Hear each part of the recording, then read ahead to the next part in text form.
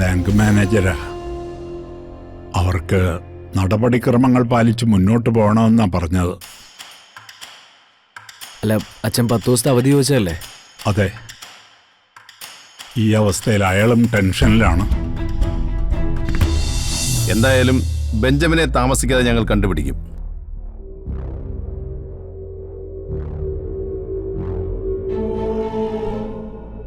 ബെഞ്ചമിനെ കൊണ്ട് അയാൾക്ക് പുറകിൽ ആരാണെന്ന് പറയിപ്പിക്കുകയും ചെയ്യും.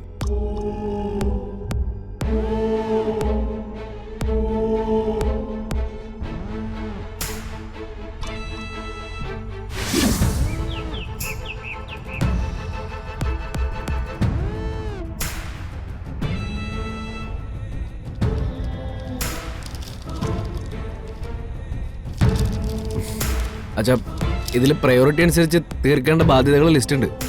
അച്ഛനെ ഒന്ന് വെരിഫൈ ചെയ്യണം. അച്ഛൻ എന്തെങ്കിലും കൂട്ടിച്ചേർക്കാനുണ്ടെങ്കിൽ അതും ആവാം. ഞാൻ പിന്നെ നോക്കാം. പിന്നത്തേക്ക് മാറ്റിവെക്കുന്നതിനച്ഛാ, ഇതൊക്കെ സഡൻ ആക്ഷൻ വേണ്ടതല്ലേ? കടം വീട്ടാനുള്ള പ്രൊവിഷൻ ഉണ്ടെങ്കിൽ അതിൻ്റെ നാൾ വഴികൾ എഴുതുന്നത് ഒരു രസമാണ്. അല്ലെങ്കിൽ അത് വെള്ളത്തിൽ വരച്ച വരയ്ക്ക് തുല്യമാണ്.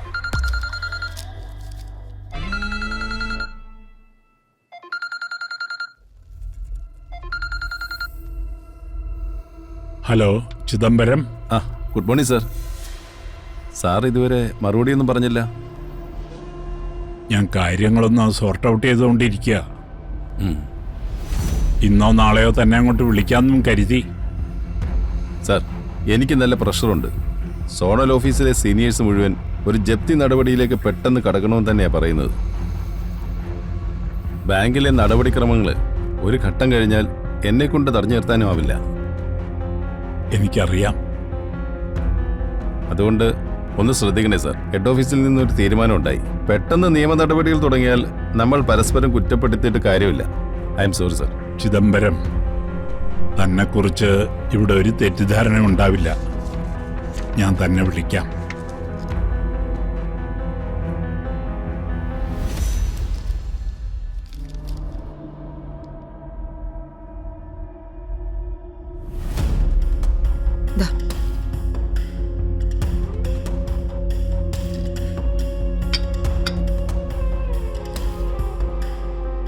അച്ഛാ, ബാങ്ക് മാനേജരാ. അവർക്ക് നടപടിക്രമങ്ങൾ പാലിച്ച് മുന്നോട്ട് പോകണമെന്നാ പറഞ്ഞത്. അല്ല, അച്ഛൻ 10 ദിവസത്തെ അവധി ചോദിച്ചതല്ലേ? അതെ. ഈ അവസ്ഥയിൽ അയാളും ടെൻഷനിലാണ്. അയാൾക്ക് മുകളിൽ ഉയർന്ന സ്ഥാനങ്ങളുള്ളവരുണ്ടല്ലോ.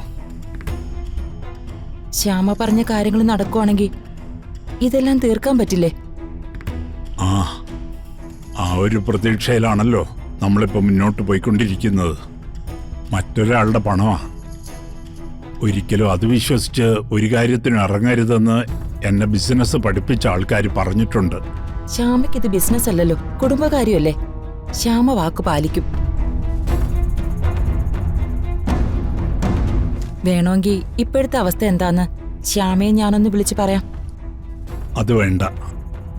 തൽക്കാലം സഹായത്തിന് കൈനീട്ടി നിൽക്കുന്നവരാണ് നമ്മൾ.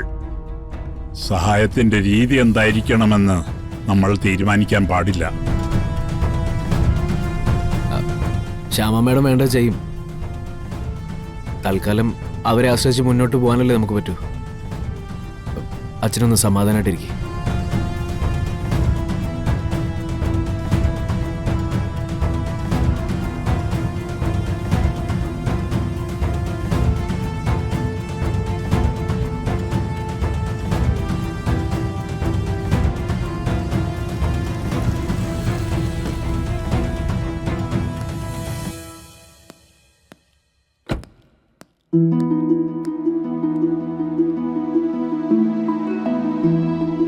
Good morning madam. അയ്യോ, ഞാൻ പെട്ടെന്ന് ശ്യാമ മാഡമാണെന്ന് കരുതി.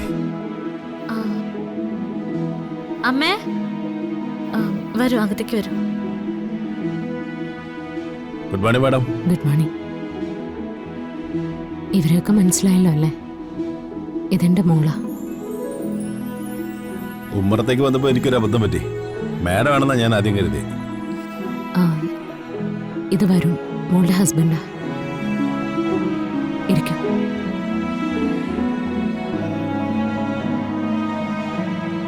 മാഡം പേപ്പേഴ്സ് ഒക്കെ റെഡിയാണ്. നാളെ ആദ്യത്തെ രജിസ്ട്രേഷൻ നമ്മുടേതാണ്. 10 മണിക്ക് തന്നെ ചെയ്യാമെന്ന് രജിസ്ട്രാർ സമ്മതിച്ചിട്ടുണ്ട്.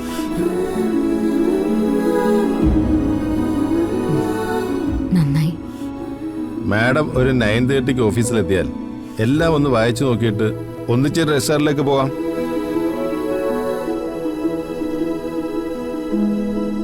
ഓക്കെ, അങ്ങനെ തന്നെ ആയിക്കോട്ടെ. അല്ല, ഞങ്ങൾ മാത്രമല്ലേ വേണ്ടത്? ഇനി വേറെ ആരെങ്കിലും?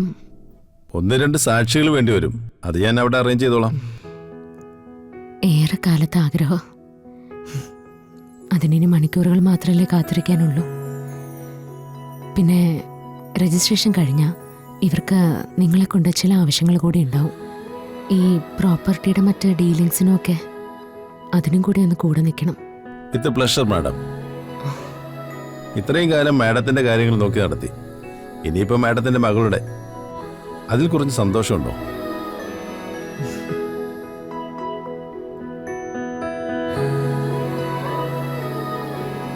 എടുത്തി കുടിക്കാൻ എടുക്ക. വേണ്ട, ഞാൻ ഇറങ്ങുക. ഏയ്, ഇരിക്കൂ, കുടിച്ചിട്ട് പോയാൽ മതി. ചെല്ല.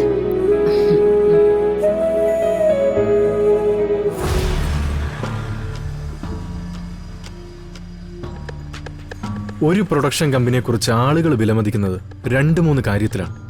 ഒന്ന്, കമ്പനിയുടെ കൃത്യത, പ്രത്യേകിച്ചും ഫിനാൻസ് കാര്യങ്ങളിൽ. അതിപ്പം നമ്മളെ സംബന്ധിച്ചിടത്തോളം പ്രശ്നമല്ല. പിന്നെ പ്രൊഡ്യൂസറുടെ ഗൗരവം, ആളുകളോട് ഇടപഴകാനുള്ള പ്രൊഡ്യൂസറുടെ മിടുക്ക്. പിന്നെ മൂന്നാമത്തെ കാര്യം, കൃത്യമായൊരു ഓഫീസ്. ഇനി മുന്നോട്ടുള്ള കാര്യങ്ങളൊക്കെ നമ്മൾ നമ്മുടെ ഓഫീസിലിരുന്ന് ചെയ്യണം. അതാണ് അതിൻ്റെ ഒരു ഗൗരവം. ഒരു ഓഫീസ് ഉണ്ടാവുമെന്ന് പറഞ്ഞാൽ അതൊരു നല്ല കാര്യം. എങ്കിൽ ശരത്ത് അതിനു വേണ്ട കാര്യങ്ങൾ ചെയ്തോ. ഓഫീസ് സെറ്റ് ആക്കാം. അവിടെ പ്രൊഡ്യൂസർക്ക് സ്വന്തമായൊരു ക്യാബിൻ വേണം. അതെന്തിനാ ഏർക്ക? അല്ല, കൊള്ളാവുന്നൊരു ക്യാബിൻ.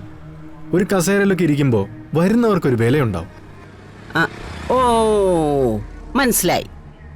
അതായത് ഇപ്പൊ എന്നെ കാണുമ്പോ 5 പൈസയുടെ വിലയില്ല. ഒരു പ്രൊഡ്യൂസറായി ഒരുത്തനും തോന്നുകയില്ല. ഇതല്ലേടാ നീ ഉദ്ദേശിച്ചത്? അയ്യോ മുത്തശ്ശി, ഞാൻ അങ്ങനെയല്ല ഉദ്ദേശിച്ചത്. വേണ്ട മോനെ, ദേ വെളച്ചിലി സുകുമാരിയോട് വേണ്ട.